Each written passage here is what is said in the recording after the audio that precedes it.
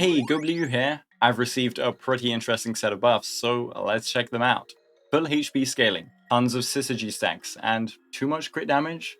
We'll review her changes one by one as well as how much stronger she got. She also got some brand new eidolons, so I calculated their increase for you guys. Then she has some brand new builds and Lycone options, along with a new favorite teammate, or should I say Lycone? Like and sub and share if you enjoy this video, and let's begin. So we know she's gone full HP scaling, but let's see the exact multipliers and more. First, if we consider a secret Vow Lightcone and Jingliu's base HP of 1435 and base attack of 679, we can make some comparisons despite the full switch to HP.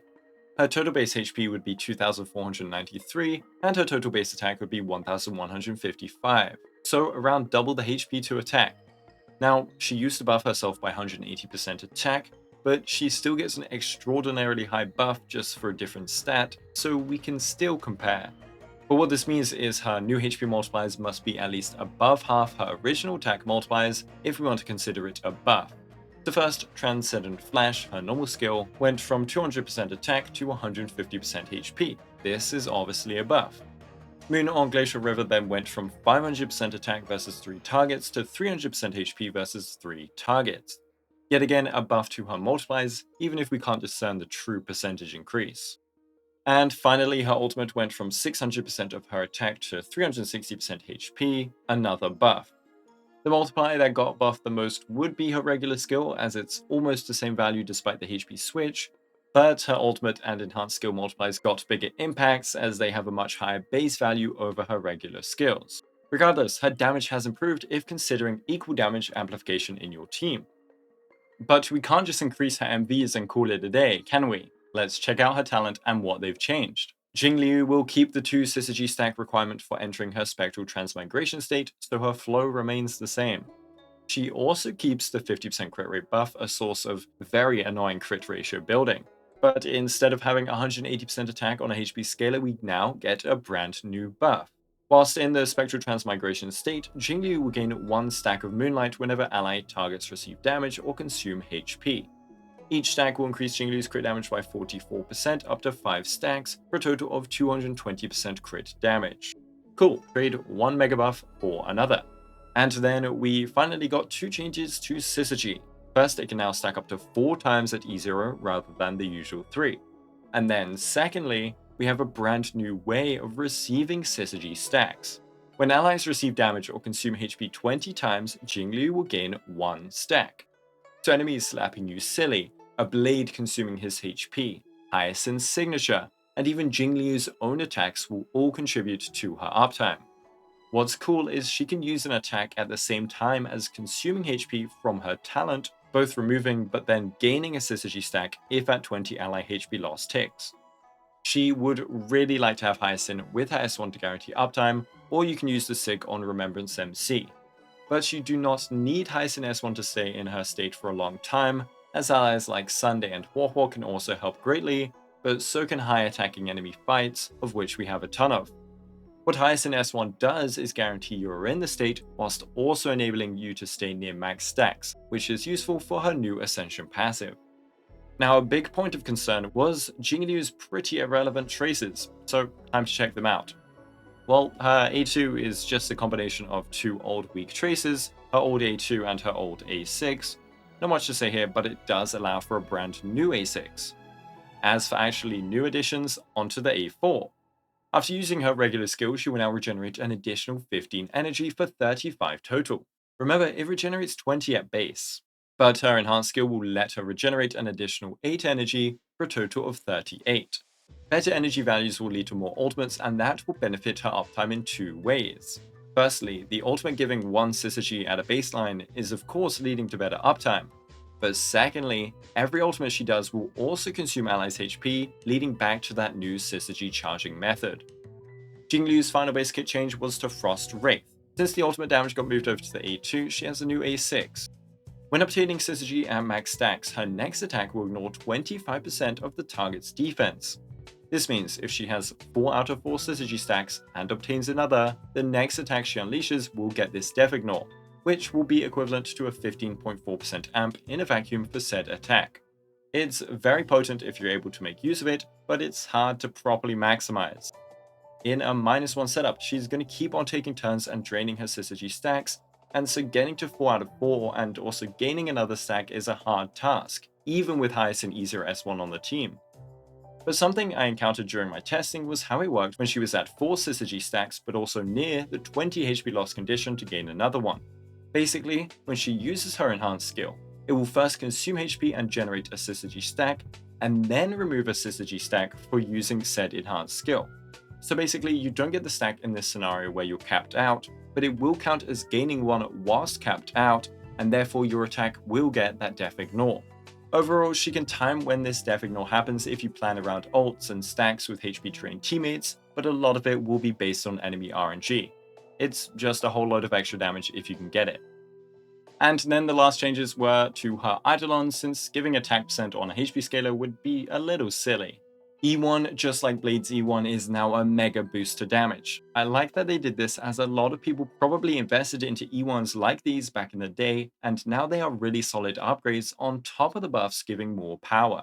Essentially, instead of being forced to be versus one target for the multiplier, like pre-buff, her E1 just now always works. That's 3 multipliers for every enhanced skill and ultimate. Lovely. Her E4 was then fixed to work with her new Moonlight stacks, now giving an extra 20 crit damage per Moonlight. It gives 44% at a baseline, so 20% is actually a sizable increase, allowing for a total 320 crit damage from her talent alone. Something crit saturation. But then her E6 got a massive buff for those hardcore fans. We get a small quality of life increase with her gaining 2 syzygy stacks upon entering the state rather than the normal one. But that's not important when looking at her new 30% res pen buff. That's a 1.3 times amp versus already weak targets, and is seriously nice for brute forcing content with her again. So, Jingliu will be smacking enemies again. She retains her self-buffing issues, which will hurt her again in the long run, and DPS will fall off eventually. But her multiplier's got a nice update, and she is basically never exiting her spectral transmigration state with a good team core or Hyacine S1. And that was a serious con for her. She feels much more fluid thanks to always being able to enhance skill, no more downtime, and buff fall off. And she got a new HP loss based synergy that can also double as an energy based synergy thanks to her ultimate's power. So comparing post-buff Jingliu to pre-buff Jingliu in my sims, she received a 39% overall DPS increase. But the thing is, she went from full attack to full HP, and in practice she uses different teams before and after. The only way I could do this sim was to give her her new best team on pre-buff and post-buff. So the actual true buff amount from her old attack scaling buffers to now is unknown, but a 39% increase on a very good team is great. And also, when looking at her Eidolon path post-buff, the whole route got a massive increase. When comparing this to her previous Eidolon gains, the difference is staggering. Her old E1 was comparable to her current one, but only versus permanent one-target fights, which are rare.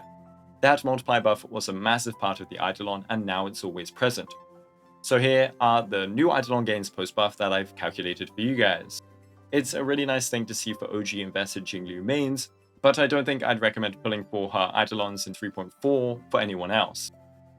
Now it's about that time we look at builds. No more attack shenanigans, but we do sorely lack damage percent on Jingliu, and the Scholar set gives that to us whilst perfectly fitting Jingliu's kit. She doesn't really have any other set though that's close, because the rest will give her stuff she doesn't care for, like extra crit rate or crit damage. She can still use the Quantum set, but only versus specifically Quantum weak enemies, otherwise you need a ton of Death Shred to make it worthwhile.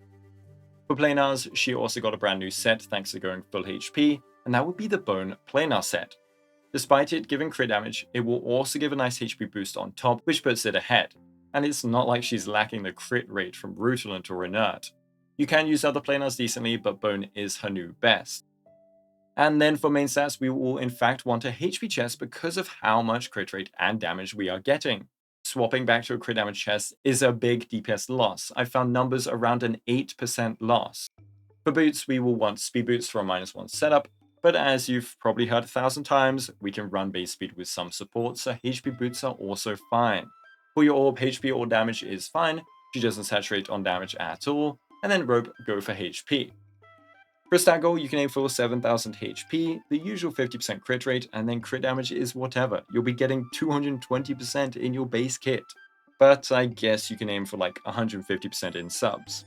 For For HP, if you want to use Mighty's light cone, you would want to aim for 8,334, as it is her new best light cone at this breakpoint.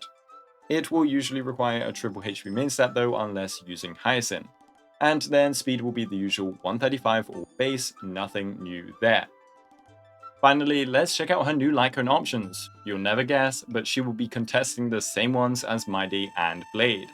Mighty's signature will be her new best cone if she gets to the HP threshold, as 60% damage on skills and ultimates on top of the high HP is just far stronger than what her signature provides. But her signature is still just fine, no need to pull a new limited light cone to replace an old one, especially on an old limited unit. And Blade's cone is now usable on her too, and Secret Vow and Sound Hunt will be the usual HP based options among 4 stars. Let's now finish with checking out her teams. Jingliu remains a hypercarry, so let's build her a hypercarry team. She will want an advanced buffer like Sunday or Bronya or RMC, and then a universal amper like Tribi, Rame, Cypher, Silverwolf. Sunday remains a nice pick due to his SP positivity helping out the team, even if Jingliu won't be consuming any SP during her state. His crit rate, however, is annoying to work with, and his high crit damage buff is mega saturated, so expect a replacement here soon, or you can use RMC. The energy, however, is really nice in case you don't use Hyacine S1 in order to keep her state uptime. Bronya is a weaker version of Sunday in utility, and her attack buffs are now useless for Jingliu. But free-to-play players gotta use what they can get, and Bronya's damage and advance is still nice to have. If you do have RMC free, they offer a completely undiluted multiplier in true damage rather than just stacking more crit damage. I mean, they do that too, but we also have true damage. They can also equip the Hyacine light cone to charge up those syzygy stacks without needing the Eon of Gluttony themselves on the field. Jingliu also gets a ton of energy now in her abilities, and her consuming no SP does enable a shared feeling spammer sustain, and both of these things will be generating tons of charge for Mem. And finally, Mem being another ally for your HP consumption is a nice minor bonus. For the secondary buffers, it will be the same story every time. It's really nice that we have so many units that can work in this slot and none of them eclipse one another in every scenario. Anyways, Tribi works fantastically and is especially useful in pure fiction. Her two rarer amplification effects are much desired for the old and new Jingliu. Cypher is the same with way less personal damage but much better damage amp control to help clear within cycle breakpoints and help into single target. Silverwolf is very potent for brute forcing and offers res reduction and death shred, and a lot of it. She will be one of the strongest picks for Jingliu, especially into lower target fights and or off element fights. And finally, Rame is the OG GOAT and will help into Apocalyptic Shadow. If you've watched my Blade guide, this might all feel like deja vu. For Sustains, our first pick is the one and only Hyacine with ideally her S1. Even without S1 though, she is a fantastic upgrade for Jingliu with her max HP buff, personal damage, and consistent small heals. Furthermore, Ika will be consuming his HP every time Jingliu attacks or your teammates get attacked, so even without S1, you will be getting additional instances of HP loss that will accumulate syzygy stacks in the long run. Oh, and little Ika is another ally to drain HP from for her talent. Huohuo will also be an awesome sustain despite the attack buff being useless now, as batching Jingliu is still helping decently with syzygy stacks in 2 ways.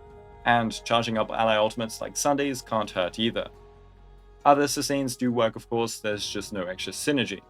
Abundant sustains would run quid pro quo or use SP and equip shared feelings in order to help Jingliu stay in her spectral state as much as possible.